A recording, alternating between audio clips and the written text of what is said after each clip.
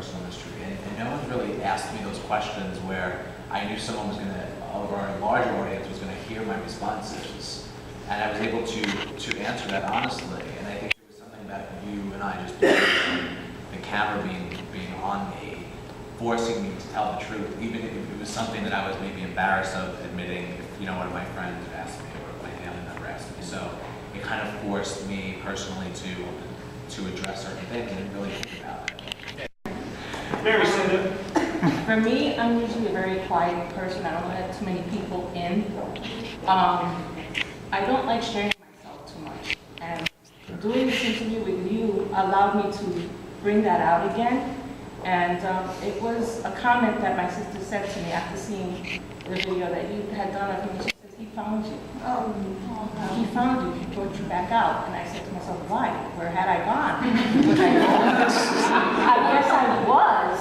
I wasn't who I was supposed to be. Because I'm a documentary filmmaker, and I needed some social media work. And JD and I became friends over Skype, even though he lived in Bay Ridge at the time, and I live over it in Prospect Park, Lefferts area.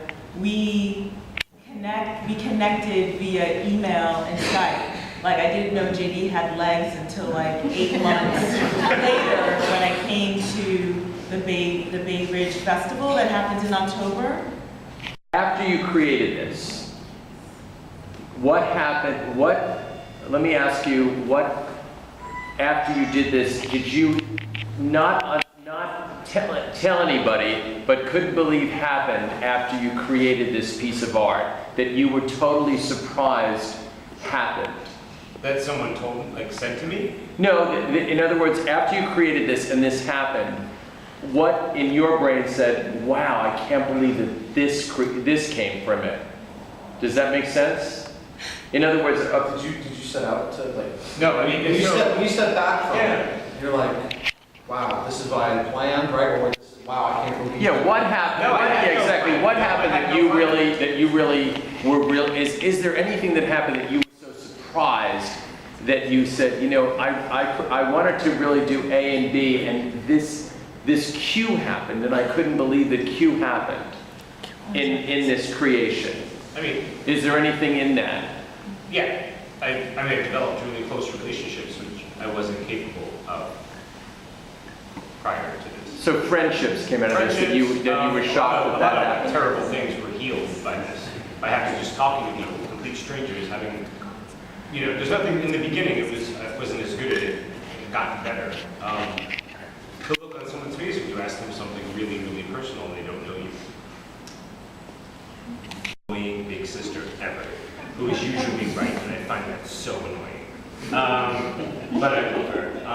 And each of these people in general, from here on, they're all doing amazing things in the world in their own way. Erin Dinan, in particular, runs an organization with some of the funds tonight helped to support called One Sandwich at a Time. She gives them the sandwich. She gives them the sandwich! And I found her through Rob Ordonez, who's a photographer here. He introduced me to her on my first date with my partner, Jason. Second, third, maybe. Something like that. Erin, tell them a little bit about what you do. Yeah, so I created a nonprofit. My partner George is here. He's my partner with the charity. And we have a simple mission, one sandwich at a time. We gather together monthly and we make sandwiches for the homeless.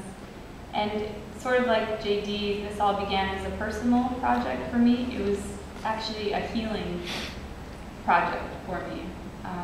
My mom had been sick and I wanted to do something to take my mind off of it, and I wanted to make a difference, and everything came together, and we fed about nearly 20,000 people. Hopefully we'll reach that by the end of the year.